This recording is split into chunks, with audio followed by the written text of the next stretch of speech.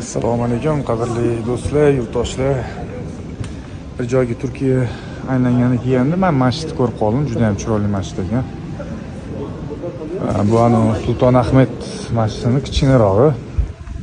Sulton Ahmetga ham borib sizlarga ko'rsataman. Bu masjid ham kichkina emas, kattagina ekan, juda ham chiroyli, toza, ozoda.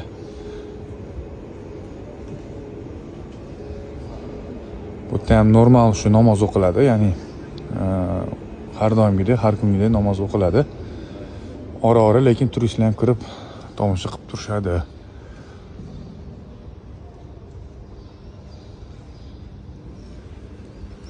Sizlarga ham ilindim ko'rsatib ketay deb kiruvdim.